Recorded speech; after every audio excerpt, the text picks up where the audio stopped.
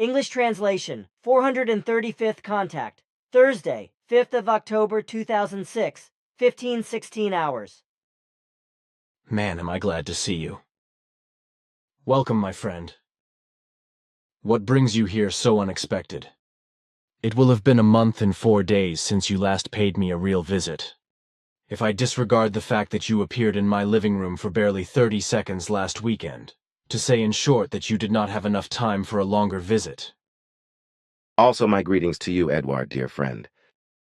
Yes, actually I wanted to exchange a few words with you for 10 or 15 minutes. When unexpectedly the door to the living room was opened and you had to interrupt yourself in the middle of a word so that I could leave just in time without saying goodbye. Unfortunately, because Bernadette just walked in without knocking, although she heard that I had just spoken to you, as she said. How do you always say, that is not the fine form of the behavior? Yes. It would probably be best to knock first and wait for a come in before entering a room. It could also be, as it has just happened, that it would have been necessary to wait. It is probably necessary that this should once again be said as a correct rule of conduct. Fortunately, nothing happened, and since you said from the beginning that you could only linger for a short time, I let it end with the fact that the whole thing was not so bad. But a reprimand would have been appropriate after all. Because entering a room without first making oneself known by knocking and without waiting for a request to enter does not correspond to the corresponding rule of decency. I am sure your words will be a lesson, so there is probably no need to discuss it further. On the other hand, I have here an article in response to a question from a bulletin reader, which I wrote for a special bulletin, and which I intended for the month of November, if you want to read it and can tell me if everything is correct. For my part, I have the knowledge from various articles that have appeared in magazines and newspapers and which I have processed into an independent article. Let me read what you have written. Ptah reads the article. Reader's question: what is the SOG team that is supposed to exist at the U.S. intelligence agency? And is it true that the CIA is more powerful than the U.S. government? If all that is true, how does it rhyme with the Christian religion, which Bush also belongs to? Is he not doing anything about it? Do you know anything about it, and can you give a detailed answer in one of your bulletins?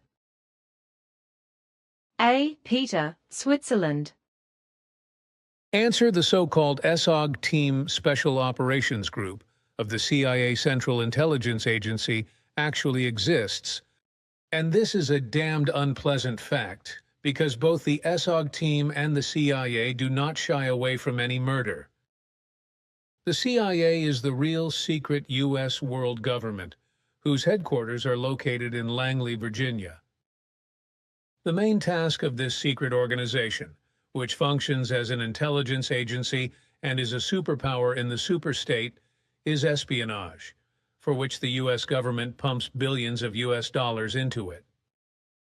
It can be said with a clear conscience that the CIA has practically unlimited power and is not afraid of any crime or inhumanity.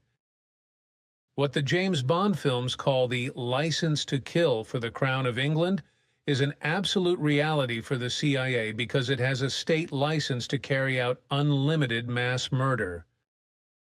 Nobody really knows how many humans work for the CIA because everything is top secret, and in order to keep it secret, they do not shy away from torture and murder. At the CIA, anyone can get into their crosshairs, even the most innocent. Because for this largest of all espionage organizations, and probably also the largest secret terrorist organization in the world, basically everyone is suspicious and his or her life is not safe. But not enough with that, because no government in the world is able to protect its citizens from the monstrous and criminal machinations of the CIA. The CIA's SOG team is a secret army, equipped with every weapon imaginable, including those that even the U.S. Army can only dream of. The SOG team consists of elite soldiers, recruited from the regular army, Air Force, Navy, and Marines, etc., and trained to be robots of murder and destruction. During operations, they are constantly monitored during their secret operations via encrypted satellite link. If crimes are committed somewhere in the world by the CIA or attacks and wars against any states, it is the secret army SOG that thoroughly prepares every attack. If the attack on Iran planned by the USA since 2002 should actually take place, then it would be secretly prepared by a SOG team in Iran, just as it was the case in Afghanistan and Iraq. The CIA is more powerful than the entire government of the USA, so the latter does not know what the Secret Service is really doing. Not even the U.S. President knows about what the Secret Service, which has become a state within a state, really does and what everything is connected to it. The power of the CIA was already created when it was founded in 1947, so it only took until 1953 before it was exempted from the disclosure of its objectives by a corresponding law, and later on it was explicitly ordered to kill by the government. Apart from the order to kill or murder, the CIA also has the permission to break any law anywhere in the world, except the USA. But the CIA also disregards this prohibition, because if it serves its goals, it does not shy away from killing in the USA. On the 11th of September 2001, the World Trade Center was attacked, and only 6 days later, on the 17th of September, the monstrous thing happened that is unique in all democratic states in our world and therefore has never happened before. The completely irresponsible, sectarian and self-important U.S. President George W. Bush, with his signature, issued a carte blanche for the CIA, authorizing it to imprison or abduct humans even on the vaguest suspicion and to use interrogation methods that are beyond all human rights, human dignity, and humanity. This applies both to al-Qaeda fighters and to humans who are simply suspected of terrorism or of endangering the state, etc., which therefore applies both to clear and suspected persons who are involved in terrorism or who are simply suspected of being terrorists and enemies of the state through denunciation or espionage. And the CIA does not have to justify itself to the President of the United States, the Senate, or the public about these activities, because the CIA is so powerful that it is completely above the government and even controls it. And consider that the CIA is only one of 15 U.S. secret services, but the most powerful one, which even through the other secret services and through the FBI and the police in general, lays out its networks and has them under control. So the CIA is not only the secret service that governs and controls the USA, but the whole world. And anyone who does not play by their rules is summarily and harshly put down. The most radical weapon is the SOG team, that is to say the SOG Army, which is unique in the history of all secret services of the world and whose elite soldiers are merciless killer robots, who kill out of lust for killing, do not care about law and order, but only kill blindly if they can only follow their orders. The CIA is indeed a world power, and its crime list is so long that it cannot be measured. In addition to countless other crimes, it is also involved in overthrowing governments, which is why it overthrew the Persian and Iranian governments in 1953, Guatemala in 1954, followed by Chile in 1973, and Turkey in 1980.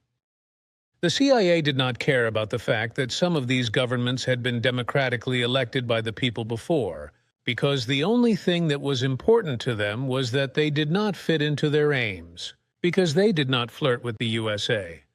So they also murdered many politicians or had them killed by paid assassins, like Che Guevara, etc. If the CIA had succeeded, then Fidel Castro would have had to believe it too. But this has not been possible so far, so he is still on the CIA hit list. The CIA intrigues go much further.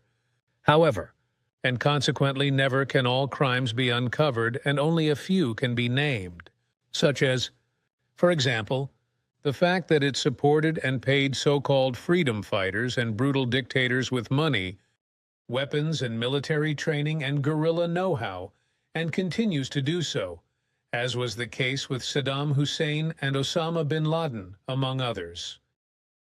Thanks to CIA aid, Saddam Hussein was able to rearm enormously after he had put up a coup in 1979 at the head of the Iraqi regime. While studying at Cairo University, he made his first contacts with the CIA, which, when he came to power, extended its full hands to him. Osama bin Laden was also built up by the CIA together with the U.S. government. Between 1978 and 1992, the Afghan Mujahideen faction was supported with weapons and money in the fight against the former USSR, and well over 100,000 Afghan fighters were trained in special combat camps set up with the help of the CIA. In total, the Operation Cyclone project, which was headed by Osama bin Laden, the main wire puller, cost the USA more than USD 23 billion. The underlying aim was to bring the USSR to its knees on the one hand, and to gain influence in Afghanistan on the other.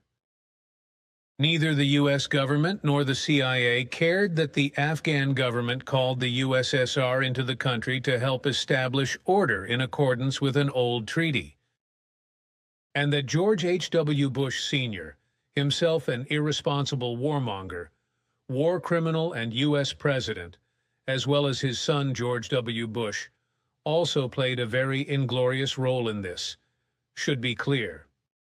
The CIA was not only responsible for the preparations for the military raids on Afghanistan and Iraq, but also for war operations in Nicaragua, San Salvador, Iran and Vietnam, etc., as well as for the worldwide crimes concerning the kidnapping of terrorists or other suspects with regard to alleged threats to U.S. national security.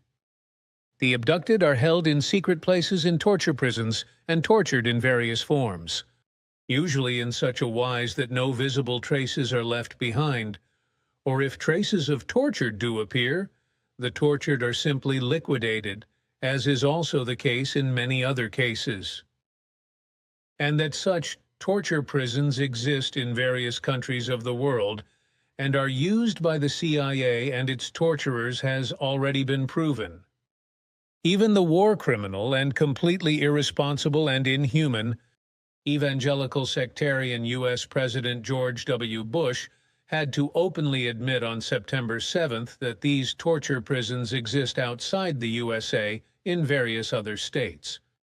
And the whole war criminal and inhuman behavior of the U.S. president, this may well be said, corresponds exactly to the manner of acting and to the love as well as to the justice and charity of the Christian religion, as the whole thing has been practiced by it since time immemorial. This has been practiced by the Christian religion since time immemorial, especially by the Catholic Church, the Pope, his vassals and his flayers, and so on. George W. Bush, who as an evangelical sectarian believes himself to be the avenger of God on earth, and is under the delusion that he must act as the protector of the world, also belongs in the same framework.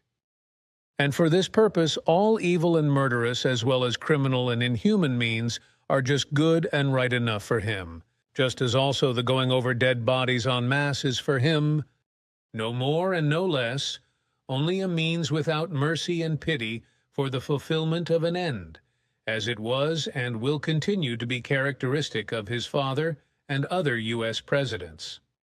But let us continue with the CIA and its torture prisons, which can be found in various countries and are specialized in special interrogation methods, such as Jordan, where harsh and brutal methods are used, as well as in Syria, where vicious torture is commonplace.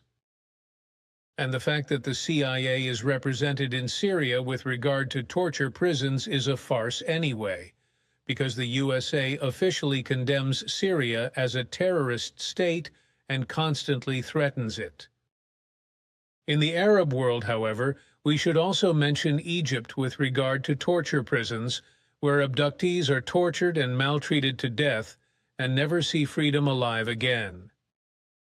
If torture is carried out in the name of the CIA and the USA by the torture servants of the countries concerned, the USA and the CIA are said to keep their hands clean. This is not surprising when one considers that in 1996, Washington released 7 manuals based on a U.S. court decision, which not only list interrogation techniques, but also kidnapping, torture, and extortion of people. It is also clear, of course, that research into new and effective methods of brutal and inhumane interrogation and torture that leave no traces is also being secretly promoted, with the CIA in particular being the main source of the so-called white torture, a psychological torture that leaves no traces and for which it is investing millions of US dollars.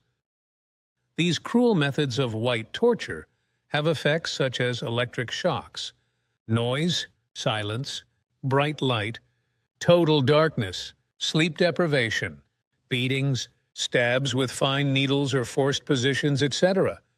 A cruel method of torture is also the one where a person to be tortured is strapped to a board in a plastic bag, or foil is pulled over his head or laid on his face, and the tortured person is continuously doused with water, which leads to the uncontrolled fear of drowning.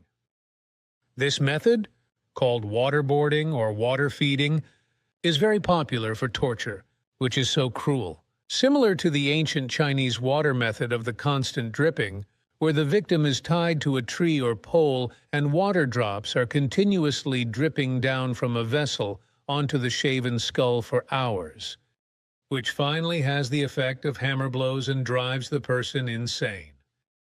Well, officially, some of the provisions were repealed as a result of public protests in order to prevent torture. But from the government's point of view, this was only a pretense, because all sorts of loopholes were left through which torture continues to be guaranteed, as is the case with all sorts of other criminal and felonious acts under American legislation in general. In the USA, for example, legislation also makes it possible to negotiate penalties with the agreement of the delinquents, the defense lawyers, prosecutors, and judges.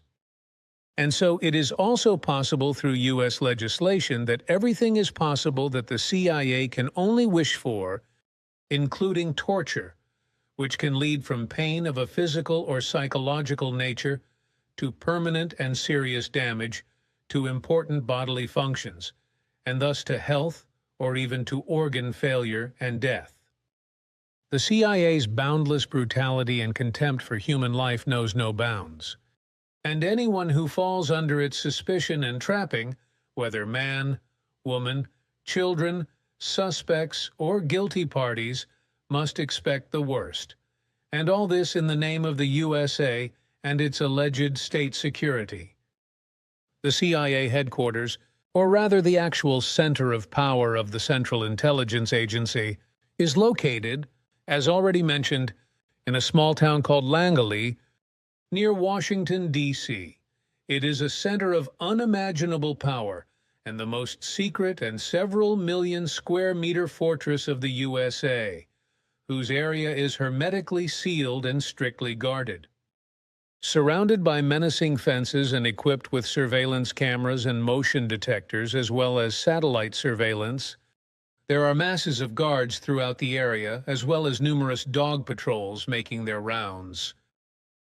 An intrusion into the area, or even into the power complex, is almost impossible, and those who dare to do so play with their lives. But if they succeed, for example by enemy agents, then they get into a termite hill in which everything is arranged in such a branched and confusing manner that they would not find anything that could be useful for them. In principle, everything in this power center is arranged in such a wise that, firstly, everyone distrusts everyone else, and secondly, one person does not know what the other is doing.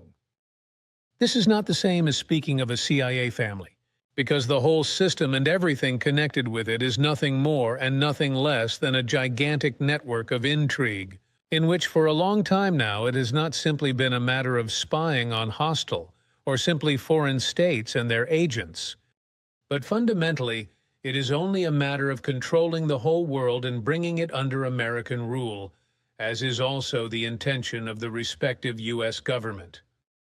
The CIA itself is a fat spider in the huge intrigue network of the CIA, and all other U.S. secret services are also involved, and everything, including the CIA, is primarily aimed at spying on and interrogating not only U.S. citizens, but the whole world and every single person on the earth, not only directly and via the denouncing of neighbors, acquaintances, and friends, but also via telephone, radio, and the Internet. For this purpose, the CIA has the so-called carnivore flesh eater software at its disposal, which currently monitors around 5 million emails, telephone calls, or chat rooms simultaneously. Practically every laptop and every computer is built up in its system, in such a wise that the operating system or software functions so that everything can be monitored by the CIA. If the software is damaged in this respect, the computer will no longer function.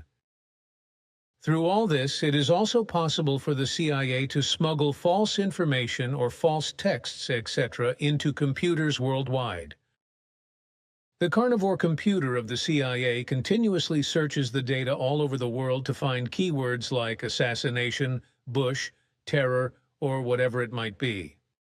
Thus, when reading these lines, readers may know with certainty that my words have already been registered and evaluated by the CIA. Well, if the carnivore computer spits out several terms that seem suspicious to the CIA, then the person who created them is already classified as suspicious and will be scrutinized. This procedure is not restricted to the USA, however, but takes place worldwide, including abductions to torture prisons.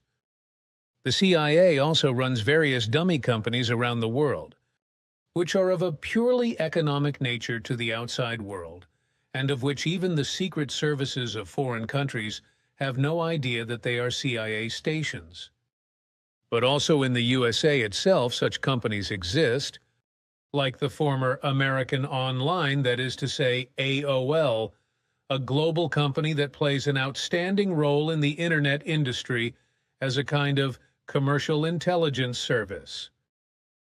The company is based in Dulles, Virginia, which is a suburb of the CIA headquarters in Langley, and it is no coincidence that the company is located in this place near the CIA headquarters. The place is named after the U.S. politician Allen Dulles, born Waterloo, NY 7.4. 1893, died Washington, D.C. 29.1.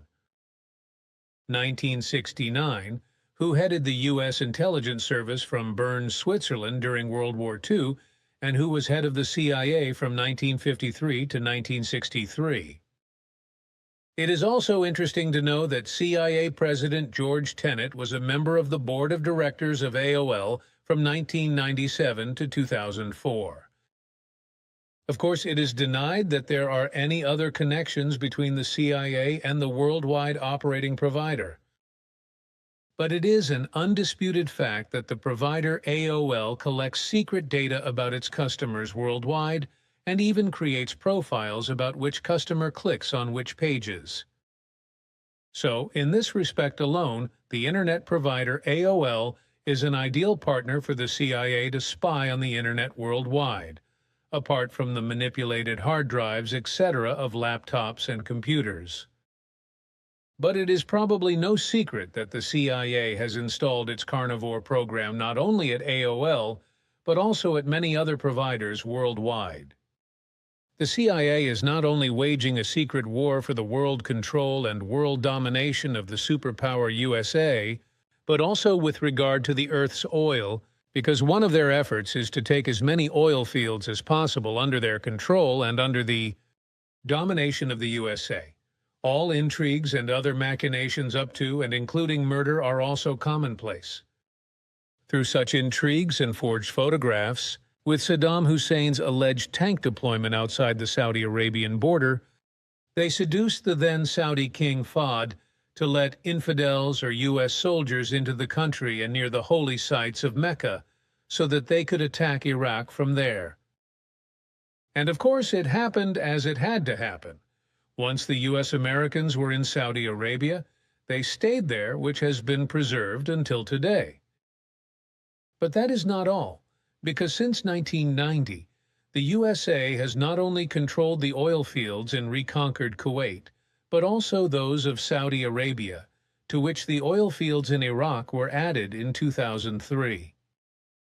So the only missing link in the circle of the Orient oil field states is Persia or Iran, for which the USA has been planning a military attack since 2002. And that this is still being worked towards today is beyond doubt, because both the CIA and the U.S. government want control of all Arab oil fields at all costs.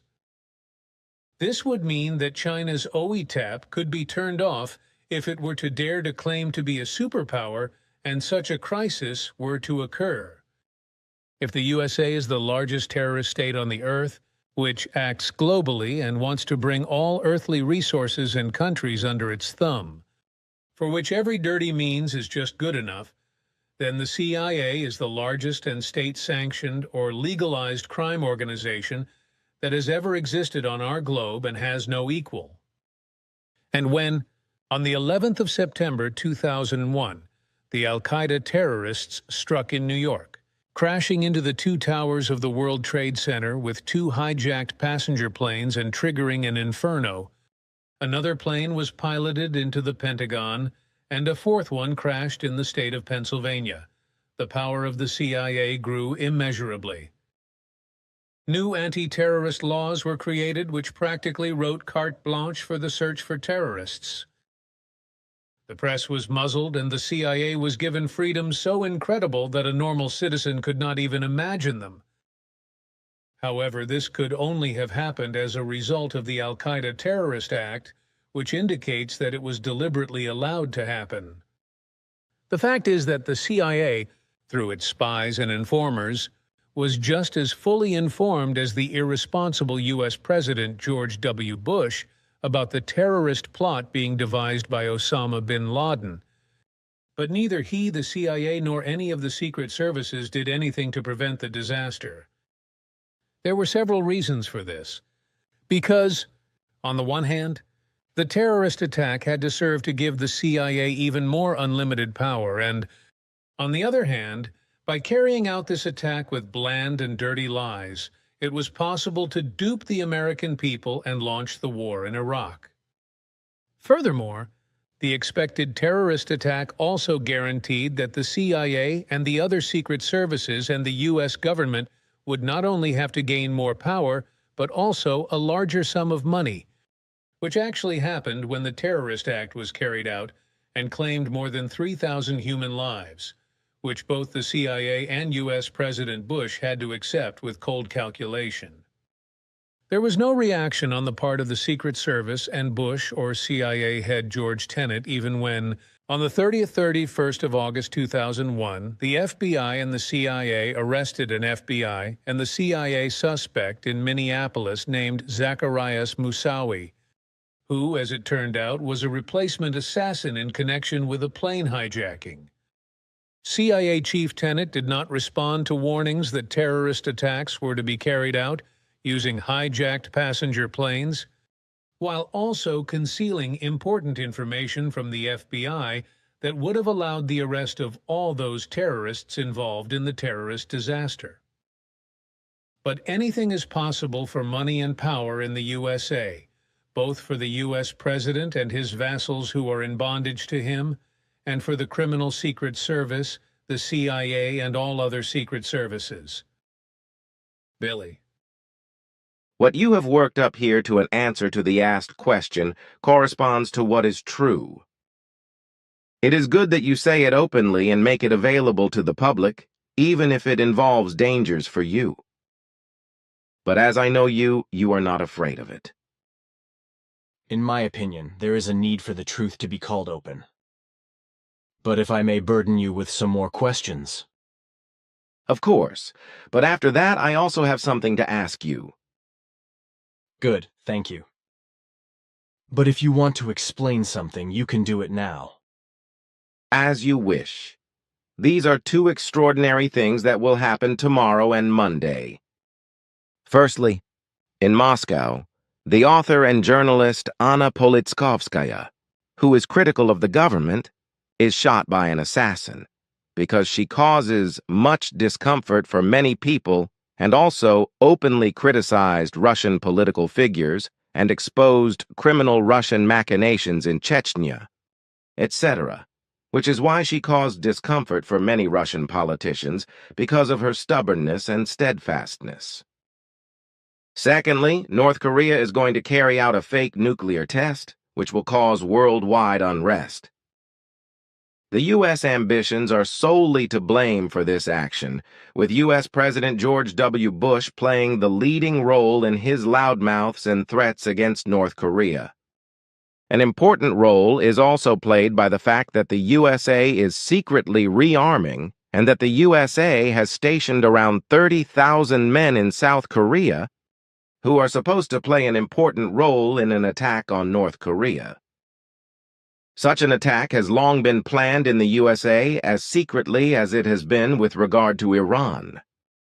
Through the actions of North Korea, there will now also be the danger that from there, technical knowledge, etc., will be passed on to Iran and to other states, and with it the danger of a worldwide war will grow, whereby the prophecy concerning this could then still be fulfilled, which is not yet in sight at the moment. It had to come to this because the United States will not rest until they make the Big Bang. But further, for us it is clear that every feeling is preceded by an unconscious, lightning-fast thought, which the person does not perceive when the feeling occurs. But this is not clear to our science, which is concerned with these things. For my part, I wonder how this process of not perceiving the thought that precedes a feeling takes place. Can you explain this from the perspective of your knowledge? I can very well. And the facts of the matter are, within nanoseconds, the processes between unconscious thoughts and arising feelings and decisions take place, whereby the brain region amygdala is the decisive factor. This also refers to the feelings and decisions, as well as the impression of trustworthiness that a person gives to another person when he meets him or her for the first time. This process takes place at lightning speed and thus at the speed of light, whereby the prefrontal cortex located in the front part of the brain is bypassed, which is normally responsible for the processing of conscious decisions and for the rationality. This also leads to the fact that the human being makes wrong judgments with respect to various factors, which he or she often regrets later on and then has to revise again. This also includes the question of trust and the question of judgment as to whom to trust and whom not to trust, and whether something is judged to be good or bad, etc. This is because the unconscious thoughts of the human being proceed at such lightning speed and generate feelings that the process is not realized by the human being. Precisely because the prefrontal cortex, or the factor of the rationality, or the voice of the rationality, is bypassed. This, however, has nothing to do with the so-called first thought that arises out of an intuition or out of a presentiment that arises as a product of the subconscious or out of impulses from the memory banks. Then a question regarding migraines, if you can answer me this one. Is there any technological way to counteract them? I may answer this question, because soon the earthly scientists will also come across it and find a technological possibility to counteract this suffering. Through transcranial magnetic stimulation, migraine attacks can be remedied. Because the magnetic stimulation changes the pain transmission within the front part of the brain, whereby the pain attack is interrupted and the pain can no longer spread. Short and sweet. Thank you, Quetzal, Simya-se, and you. You let me know that natural artifacts are found by terrestrial astronauts on Mars. This led to misunderstandings, because it was thought that these were things created by humans. But these natural artifacts, you have explained, are natural things created by the nature of the planet Mars. But what does that mean, natural artifacts? And can you say something about the face of Mars, which really does not exist, but is a natural phenomenon created by a shadow play of a mountain? Natural artifacts, in our sense, are not human-made things and art, but art created by nature, such as various minerals and materials that are created by natural development and are artistic creations. On the Earth, there is a mineral, for example, which naturally forms itself into small, very artistic crosses of life or Christ crosses, while others form small pyramids and cubes, etc. For my part, I have dug rubies that were round and had surfaces all around as if they had been cut. There are also countless crystals, which have the most different forms, and so on and so forth. Do you mean natural artifacts with such artistic things? That was the opinion of my words. But to the face on Mars, the face photographed in 1976 by NASA's Viking 1 probe in the northern hemisphere of Mars is not a monument or sculpture created by Martians or other human beings, but a shadow play on a mountain with unusual shapes. And the red color of the planet Mars is due to iron oxide, as both Simya-se and Quetzal and you have explained to me. That is correct. The red color of Mars is based on iron oxide, which is rust dust that covers the planet and sometimes impregnates the atmosphere, especially during storms, which makes the sky reddish. The iron was washed out of the Martian rocks by water, whereby the iron atoms reacted with the water and tore the oxygen out of the molecules and became oxide. All that remained was hydrogen, which escaped into the atmosphere, which in total destroyed the water of Mars. So the visible ice on Mars does not consist of actual water either, but of carbon dioxide, which freezes to dry ice at minus 78.5 degrees Celsius. But these facts are now known to terrestrial scientists as such, even though officially the public knows nothing or hardly anything about them yet. Quetzal once said in the 1980s that the two moons of Mars, Phobos, which means fear, and Deimos, which means horror, will one day plunge to the red planet. When will that be? First, the satellite Phobos will fall to Mars, but it will be torn into several pieces. And as our calculations and a forecast into the farthest future show, this will happen in 43.1 million years. 1.7 million years later, the satellite Deimos will suffer the same fate. Why do certain people seem immune to mosquito bites? Some people secrete a substance or a bodily secretion that scares off the insects. One more question regarding the biblical account of the Tree of Knowledge. Do you know what kind of tree that was? We do indeed have knowledge of this. But it says that it is not a real tree as such, but a bush tree, which was native to the Orient thousands of years ago, but today is only found in the tropical rainforests of West Africa. The natives living there chew the yellow root as a remedy against fatigue and hunger, although the danger level of the poison is extremely high. This is a bush tree or shrub, which I know very well myself, and which grows to a height of about 2 meters, has yellow roots and lanceolate leaves, which are opposite and grow to a length of 14 centimeters.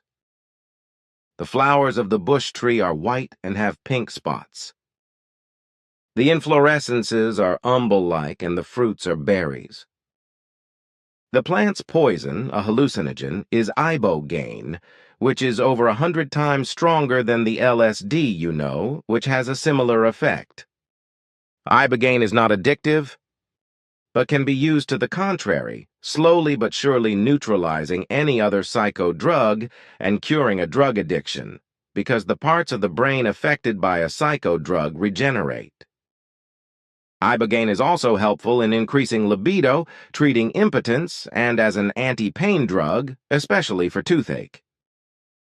The tree bush belongs to the canine poison family, Apocynaceae, and its actual drug is called Radix tabernanthe, Tabernanthe radix, iboga, or baka root. The taste is bitter and anesthetizes the tongue when chewed. The main active ingredients are found in the seeds as alkaloids. I will note here how to write this down when you retrieve and write down our conversation. Catharanthin, plus vofillin and coronardin. The root contains about 1% indole alkaloids, ibogaine, ibogamine, and tabernanthine. With regard to symptoms of poisoning, the following can be said. The root has a very intoxicating and arousing effect and causes hallucinations.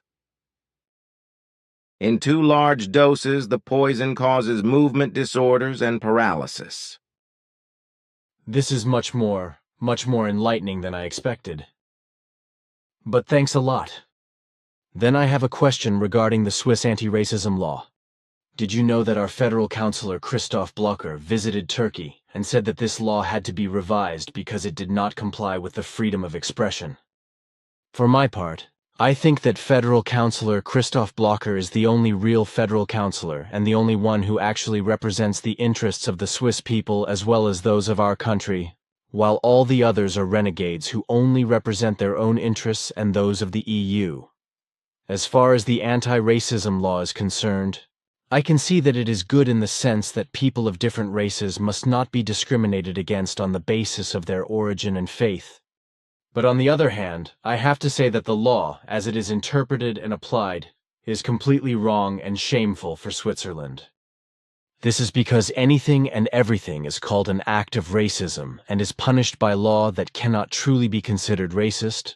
For example, if someone claims and believes or denies as a result of false information or in such a manner that the Holocaust, etc., did not take place, then this has nothing to do with racist statements. It really has nothing to do with racism, but only with a wrong opinion, which is not racist, even if it corresponds to wrong information and wrong views. And when a person exposes and denounces the false or criminal machinations of other people who belong to a different race and other peoples or other religions with harsh but true words, then there can be no talk of racial hatred or racial discrimination. Racial discrimination, etc., can really only exist when a person or people is insulted, discriminated against, and mentally or physically embarrassed as a result of their racial or ethnic origin, their tribal origins, or their religious affiliation. Everything else, however, cannot and must not be interpreted as racist or racist words and expressions, but must be limited to what is said.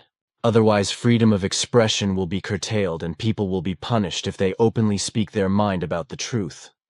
For which Switzerland prides itself on the fact that freedom of expression is written and cultivated in capital letters in our country. The existing anti-racism law, however, refutes this lie.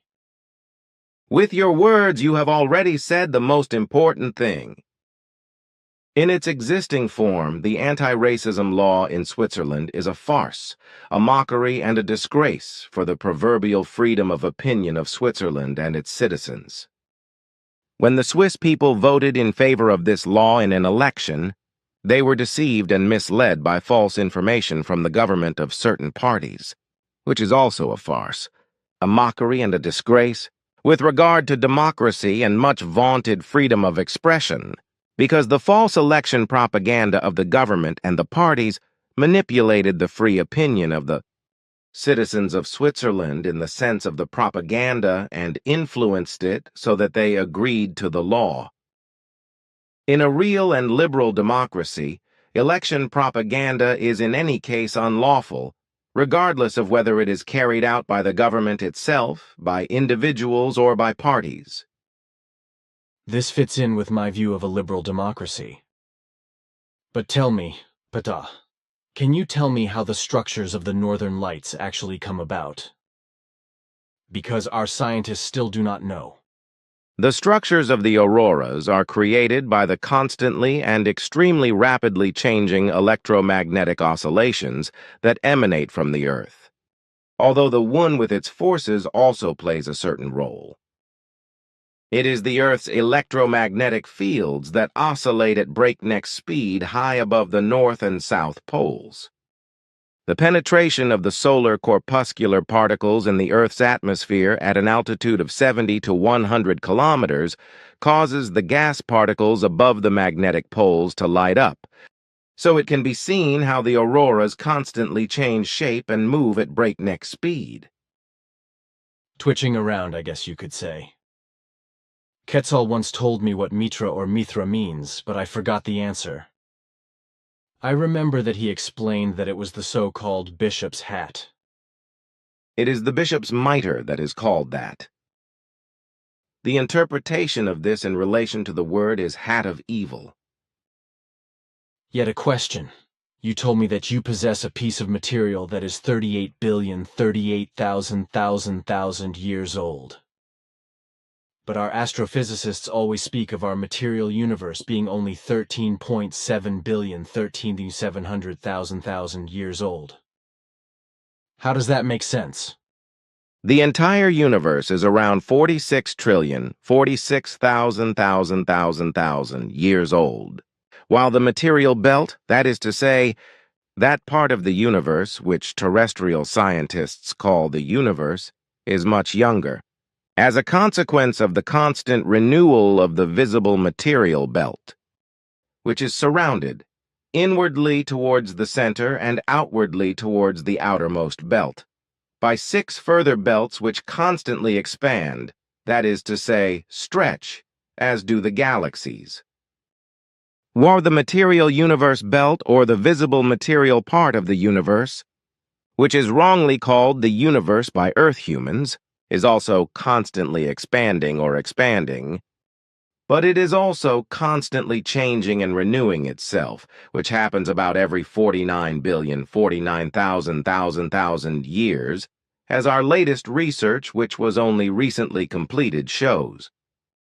One such change took place around 17 billion, 17,000 years ago, whereby the beginning of the change occurred without a transitional period in the 2 belts, the inner and outer, which directly enclose the material belt.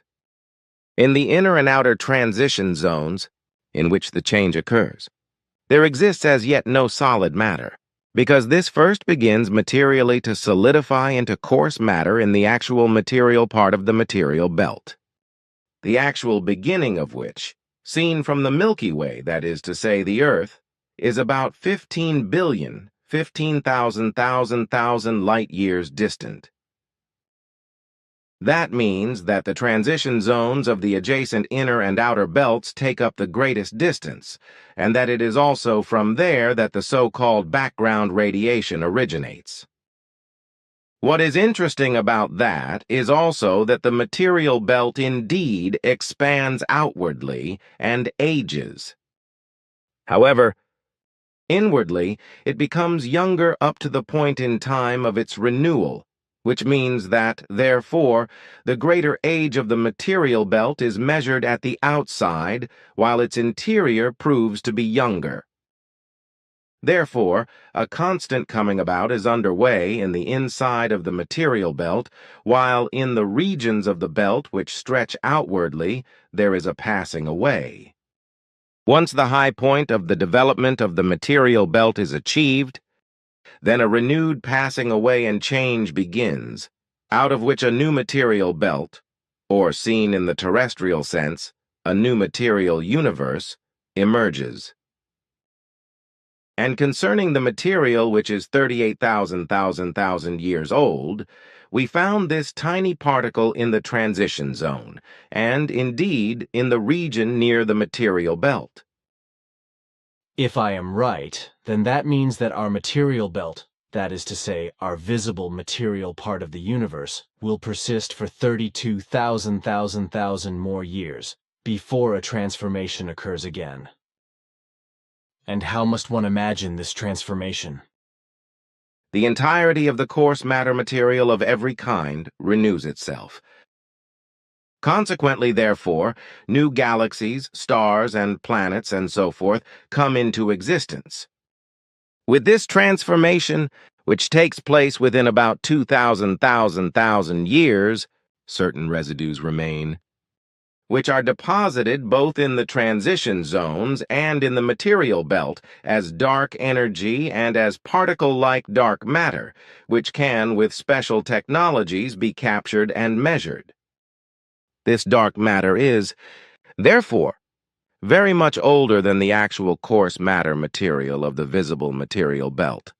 That is to say, than the visible part of the universe, which is mistakenly referred to as the universe by the Earth humans.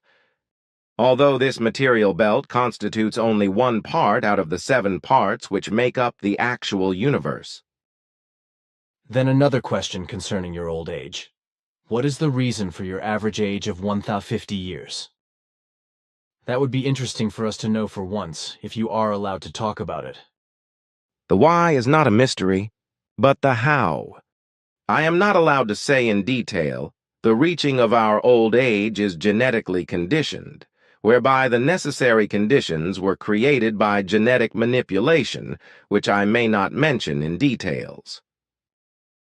However, I can say a few words about one factor of the entire genetic manipulation, namely, that a genetic change in connection with oxygen is extremely decisive.